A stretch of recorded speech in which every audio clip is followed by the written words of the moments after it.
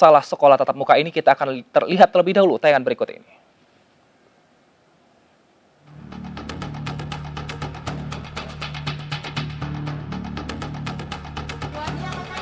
Jelang tahun ajaran baru 2021 tinggal 1 bulan lagi.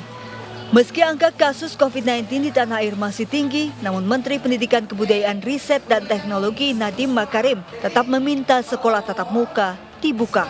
Dalam rapat dengan Komisi 10 DPR RI, Nadiem menyebut jika pembelajaran tatap muka bisa sejalan dengan PPKM Mikro dan orang tua masih diizinkan untuk memilih apakah akan tetap PJJ atau tatap muka. Jika ditemukan kasus, maka sekolah harus siap untuk ditutup dan pelaksanaan kembali ke PJJ. Menurut Nadiem, keputusan sekolah tatap muka terbatas dibuka karena sejumlah tempat umum seperti pusat perbelanjaan, perkantoran, dan bioskop sudah dibuka sehingga sekolah tatap muka juga dimungkinkan untuk dibuka. Mohon bagi teman-teman anggota Komisi 10, bagi kalau ada bagian dari masyarakat yang sangat khawatir dengan tren ini, jangan lupa bahwa instrumen terpenting kita di mana kalau ada peningkatan adalah PPKM tersebut, di lain vaksinasi ya, di lain vaksinasi. Jadi mohon jangan dilupakan itu, bukannya karena dibuka, tapi kenyataan adalah mall, sinema, dan semua tempat kerja sudah dibuka untuk tatap muka. Jadinya udah saatnya sekolah-sekolah kita melakukan tatap muka. Namun berbeda dengan Kemendikbudristek, Ikatan Dokter Anak Indonesia IDAI tetap belum merekomendasikan sekolah tatap muka dibuka. Terlebih kasus COVID-19 yang menimpa anak di Indonesia masih tinggi. Bahkan menurut data KPAI, angka kematian anak di Indonesia akibat COVID-19 tertinggi se-Asia Pasifik. Sementara berdasarkan data Satgas COVID-19, kelompok usia anak sekolah menyumbang 8,87% kasus nasional. Di mana Jawa Timur menyumbang kasus COVID anak yang tertinggi di usia sekolah TK hingga SMA masing-masing 4,6%. Sementara Gorontalo menduduki urutan kedua dengan SD 1,49%, SMP 2,08%, dan SMA 1,64%. Berkaca pada negara tetangga, penanganan COVID-19 pada anak juga dilakukan semaksimal mungkin. Di Malaysia, 82.300 anak dan balita positif COVID-19. Meski tidak ada sanksi khusus bagi orang tua yang anaknya positif, namun Menteri Kesehatan Malaysia menyebutkan investigasi bisa dilakukan jika dirasa mengacau. Sementara Singapura menggalakkan vaksinasi pada 400.000 anak usia 12 tahun ke atas yang pada Juli nanti juga akan menjalani sekolah tatap muka. Sementara di Indonesia, vaksinasi hanya dilakukan pada tenaga pengajar saja. Perlindungan untuk anak didik di Indonesia hanya dilakukan dengan membatasi jumlah siswa saat pembelajaran tatap muka dengan protokol kesehatan. Dalam rapat terbatas di Istana, Presiden Joko Widodo memerintahkan pelaksanaan sekolah tatap muka harus dilakukan dengan ekstra hati-hati. Saat pembelajaran tatap muka, kapasitas hanya boleh diikuti maksimal 25% siswa. Durasi belajar maksimal 2 jam dan hanya boleh 2 hari dalam seminggu. Orang tua boleh memilih opsi PJJ ataupun tatap muka dan semua guru sudah harus divaksinasi. Nah, berdasarkan kejadian ini, Bapak Presiden tadi mengarahkan bahwa pendidikan tatap muka yang nanti akan dimulai itu harus dijalankan dengan ekstra hati-hati. Tatap mukanya dilakukan tatap muka terbatas dan opsi untuk menghadirkan anak ke sekolah adalah ditentukan oleh orang tua. Dan tugas kami diberikan juga kepada Pak Panglima dan Pak Kapolri, semua guru harus selesai divaksinasi sebelum mulai. Opsi pembelajaran tatap muka di tengah pandemi sebaiknya tidak hanya didasarkan dengan kesiapan sekolah saja, terlebih nyawa anak yang akan menjadi taruhannya. Nanti rekomendasi para ahli termasuk dokter dan epidemiologis tentu akan lebih bisa menjamin keselamatan anak-anak.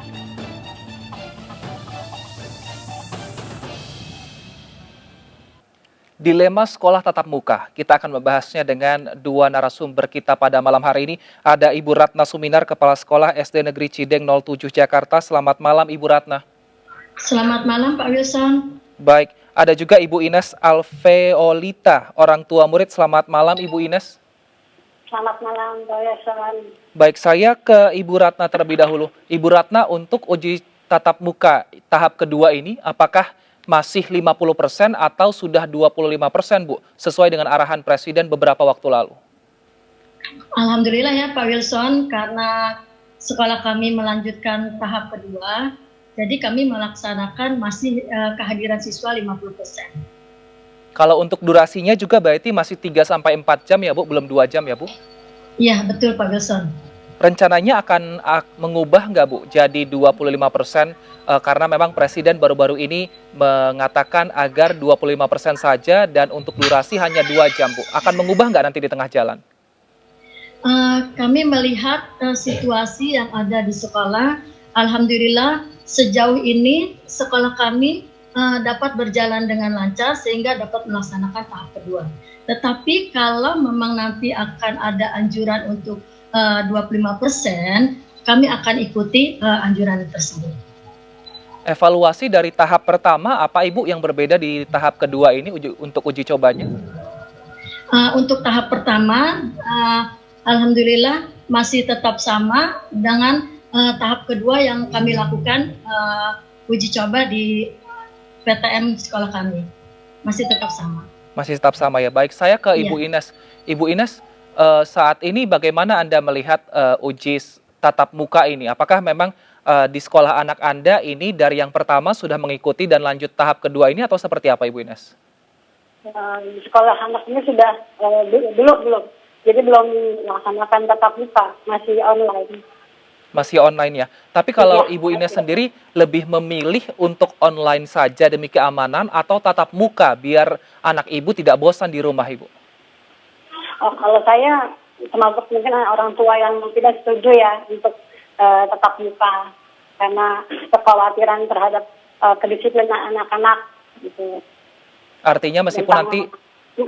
Artinya meskipun sekolah anak Anda nanti menyelenggarakan tatap muka, tapi memang karena itu harus seizin orang tua, Anda tidak memperbolehkan seperti itu ya, Bu ya?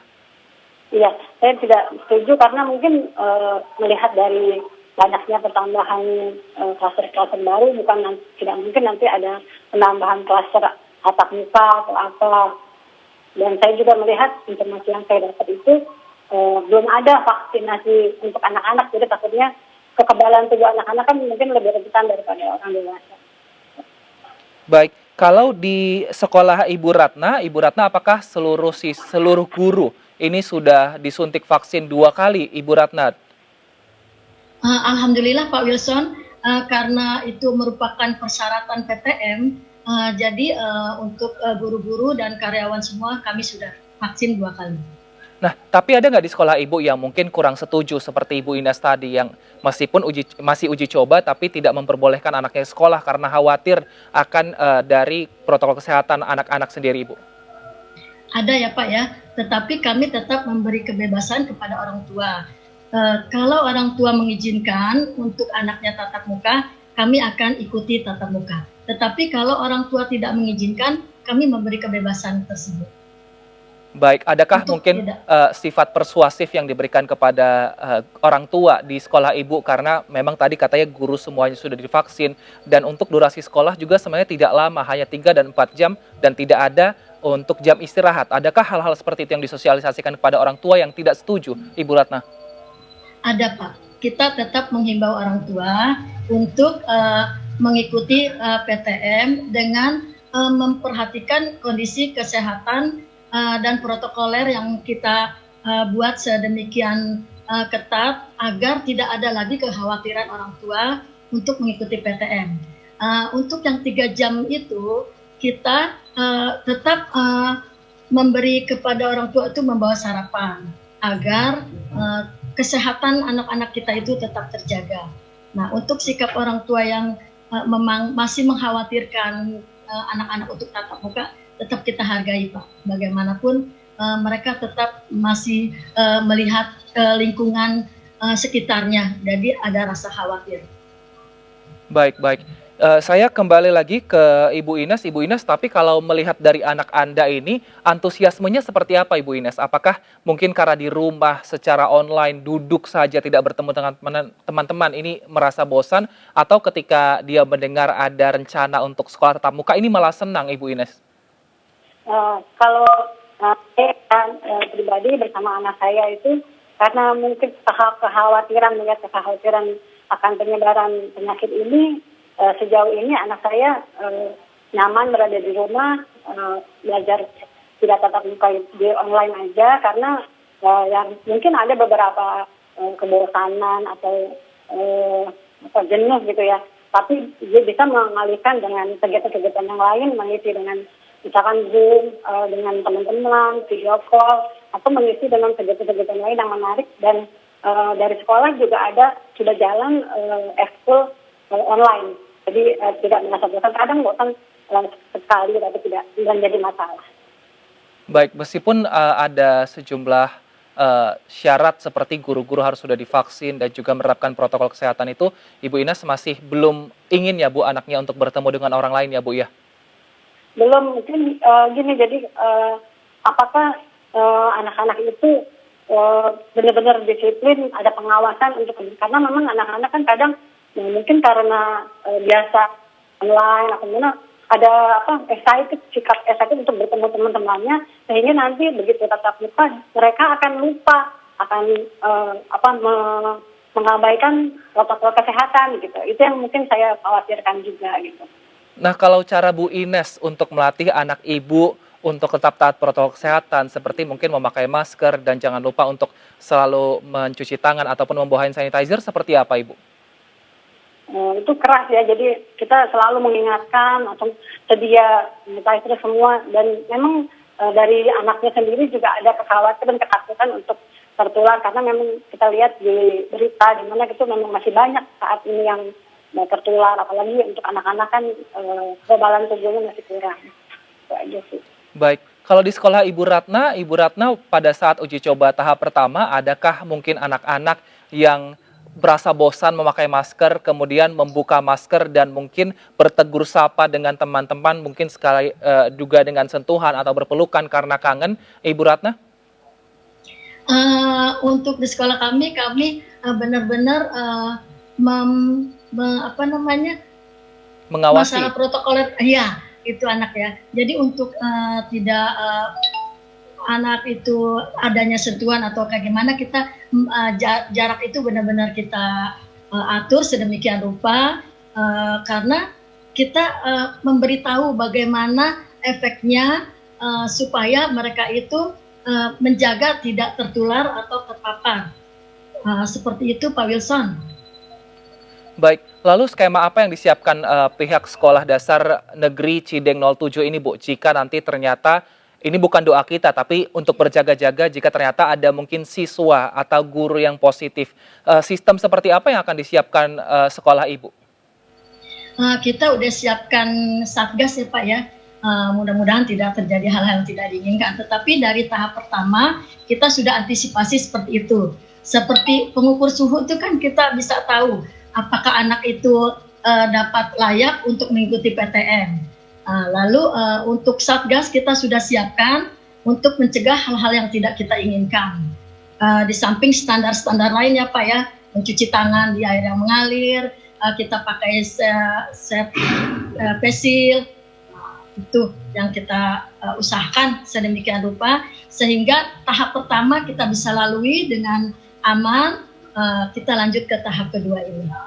Jika ada yang positif, apakah sekolah langsung ditutup atau tidak, Ibu Ratna? Karena dari awal itu sudah ada rambu-rambu seperti itu, kita komitmen ya, konsekuensinya memang kalau ada yang terpapar, sekolah itu akan ditutup. Baik. Lalu saya kembali lagi ke Ibu Ines. Ibu Ines, rencananya memang tahun ajaran baru yang dimulai pada bulan Juli nanti. Ini ada rencana untuk sekolah tatap muka karena berdasarkan kata Menteri saja Nadiem Makarim mengatakan Mall sudah buka, bioskop sudah buka, kenapa sekolah tidak? Mungkin biar anak-anak tidak bosan dan mungkin secara motorik ini bisa lebih cepat perkembangan anak-anak. Nanti mungkin masih 1 bulan lagi, apa yang Anda persiapkan agar mungkin anak Anda nanti ketika mau tidak mau harus sekolah tatap muka, ini bisa tetap menerapkan protokol kesehatan, Ibu Ines? Ya.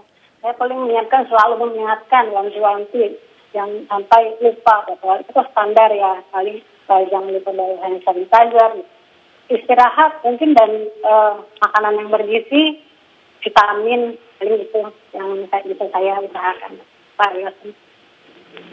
Baik. Lalu bagaimana mungkin saat ini kan sekolah memang masih memberikan keleluasaan kepada orang tua, boleh atau tidak. Tapi jika wajib, apakah akhirnya Anda merelakan anak Anda akhirnya untuk ikut ke sekolah nanti, Bu Ines? Tidak, mungkin nanti kita akan cari jalan yang terbaik, yaitu memastikan kebersihannya, menjaga makanannya kami bersih-bersih, dan mohon kepada pihak sekolah untuk benar-benar mengawasi anak-anak yang kadang memang lalai protokol kesehatan dan kadang suka dekat-dekat, dan lingkungan yang bersih, itu aja sih. Dan saya mengharapkan mungkin di setiap sekolah kan standarisasinya, dan seperti kata Ibu Ratna bilang, itu sudah ada kebersihan, tugas yang menjaga, tapi mungkin ada tenaga medis yang benar-benar tahu akan kesehatan dan mengecek anak-anak apakah benar. Kadang-kadang kan kita anak-anak sepertinya tidak sakit, padahal sebetulnya itu dia tidak merasa gitu kalau dia tuh sakit gitu. Atau mungkin bukan hanya COVID atau sakit biasa, tapi kan nanti akan melemahkan itu dan bisa menular gitu aja. Baik, saya ke Ibu Ratna. Ibu Ratna, jika nanti Juli akhirnya sekolah tatap muka benar-benar diberlakukan khususnya di Jakarta, apa saja persiapan dari sekolah Anda agar COVID-19 tidak menjadi penyakit ataupun sekolah Anda tidak menimbulkan klaster baru, Ibu? Kami tetap menyiapkan standarisasi protokoler kesehatan ya Pak ya, seperti untuk mencuci tangan di air yang mengalir, kita menyiapkan face shield, kita menyiapkan masker. Masker itu merupakan udah kewajiban. Lalu untuk menyediakan cairan disinfektan, itu setiap 1 hari sekali kita harus semprot kelas untuk mensterilkan.